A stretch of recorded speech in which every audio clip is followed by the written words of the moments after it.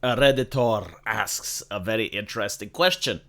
Why is it that every male hobby is being infested with inclusivity? So we notice that when women like something, such as 50 Shades of Grey, Twilight, Justin Bieber, you do not have the call for inclusivity. You do not have the call for that thing to change in order to allow men to enjoy it as well. I've never heard the argument, oh, 50 Shades of Grey is enjoyed by a lot of women. It's like 80% women in the audience that enjoy this. However, if we can get men to enjoy it, then the audience would become more diverse and the company would make more money. So what we need to do in 50 Shades of Grey is to add zombies and machine guns and make it very gory and bloody and violent and have like some ladies with big tits, because that's what men are attracted to. You never hear that conversation, right? Instead, it's usually a hobby that men like, and the argument would be, no, we need to change it, like the Terminator, right? No, we need John Connor to go away, and instead we need a female character so that women can see themselves, and we need to demonize the act of giving childbirth by having Sarah Connor say the line that, oh, they only viewed me as a vessel to give birth. Like that type of stuff. And they think that if we add these changes in, women will be attracted to it. So how does the Redditor view this issue? He points out that CS2 has female operators with annoying voice lines. In a modern FPS, Sony and Microsoft can now monitor your voice chat and ban you if you say anything offensive or triggering to appease the sensitive left-leaning people who are too afraid to shit talk.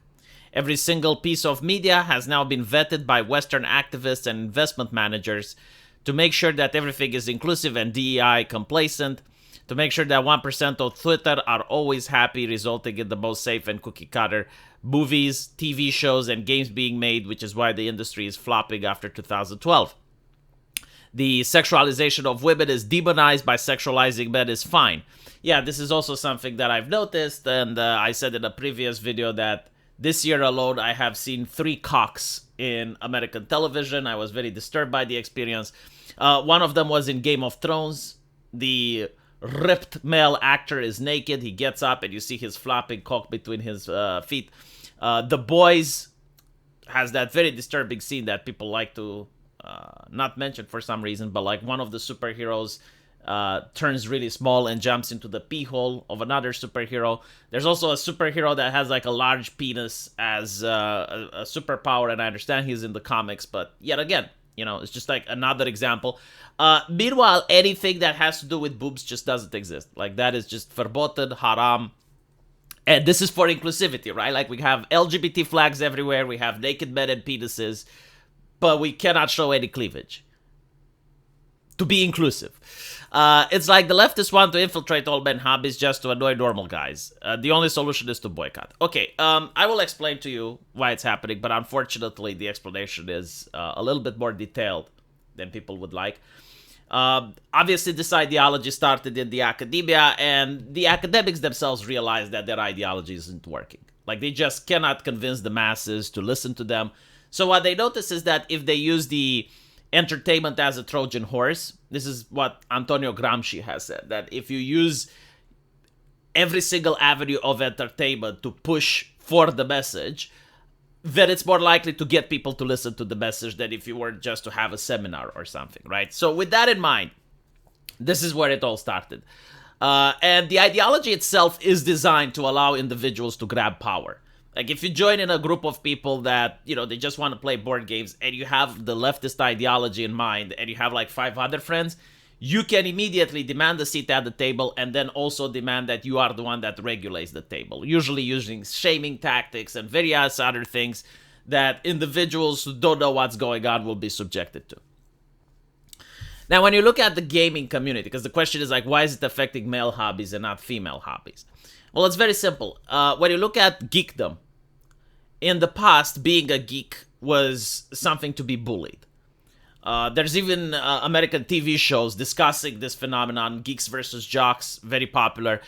Even the Big Bang Theory TV show highlights this. Being a geek was to be unpopular.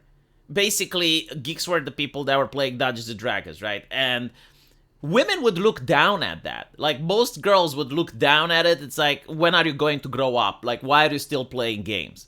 Especially when you're a teenager, there's this obsession with growing up and maturing that adult people don't have because they're already grown up. But when you're a teenager, you're trying to grow up, right? So, like, it was the idea. It's like, why do you read comic books? That's for kids. Why do you play games? Only kids play games. Like, you should actually play football. Or you should do something productive, right? So it was a constantly shaming tactics for the geeks. And the geeks themselves were usually men that weren't very strong, right? Like, it wasn't the alpha men that were geeks. Like, the alpha men, they were jocks. They were playing football. They were going out partying. It was usually the social outcasts that formed communities and they played video games or they played board games and stuff. Like, that was the beginning of it.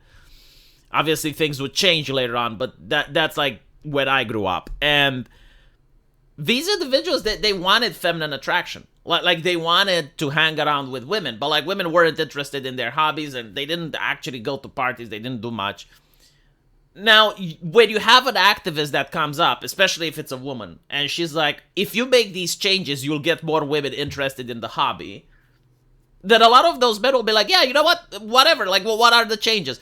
Well, you need to desexualize the characters. Well, you need to be more inclusive, stop using banter, stop using trash talk. You need to make these changes.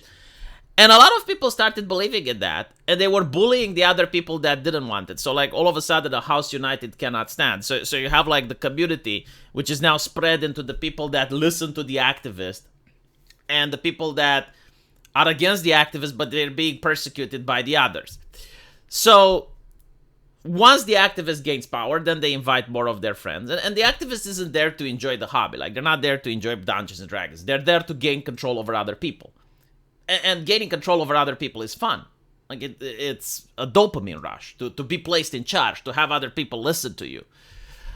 And of course, you know, like, once the activist takes over, they have, like, all these microaggressions that they deploy. And if it's like, you behave in this way, you get ostracized. So now people have to see, like, okay, what are microaggressions? What ideology tells us about that? What else do I need to do? What else do I need to learn? How can I educate myself?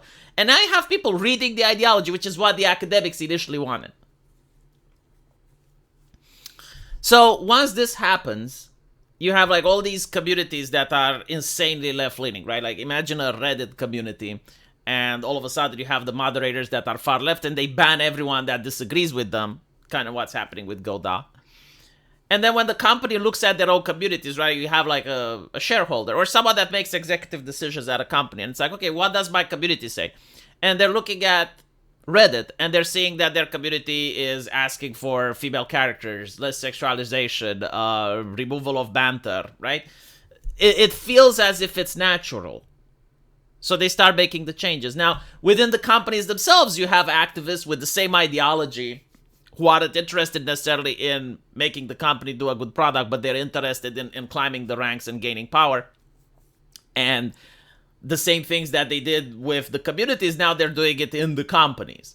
And they have various tactics, by the way. It's not just, bullying tactics, but also harassment, blackmail. Like, there were many cases where activists themselves who stopped being activists spoke out and explained how they got their boss fired in order to replace their boss with another friend of theirs. Like, there was this lady joined in a comic book company, and there was this really great artist that was working there for 10 years, and he was mocking her because she didn't have talent.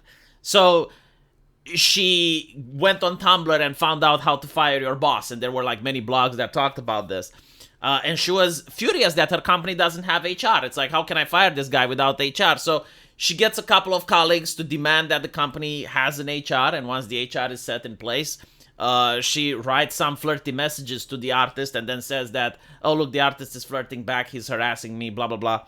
And she gets him fired. Now, the artist was a very good, skilled, talented person that was working at the company for 10 years. She wasn't capable of replacing that quality of art, and as such, the entire company was now unable to produce the same good product that they did.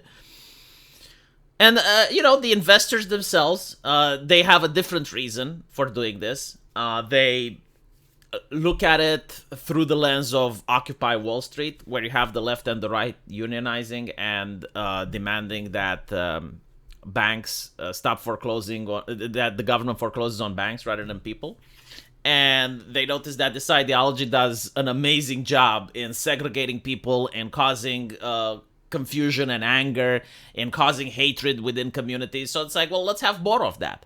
So they're now promoting it, right? And now it's becoming a financial incentive, even if you don't believe in the ideology, to push it. I mean, some of these consultants, they make so much cash, it's unreal, and they don't even have to work that much. Like, all they got to do is write a couple of letters, do a couple of corporate retreats, and they're making a huge killing. Robin DiAngelo, like, if I remember it correctly, like, she got like $6,000 for a speech or something. It's like 1 or 2 hours of her time. It's ridiculous, right? So, like, there's the financial incentive, there's the ideological incentive, and then there's other actors that don't care about the ideology. But why does it affect men? Well, it doesn't really affect men hobbies. It mostly affects weak men hobbies, right? The ones that wanted attention from women. If you look at hip-hop culture is not affected by this shit. Because they don't tolerate it. They just don't fucking care. You know, it's like, stop the banter. How about you fuck off?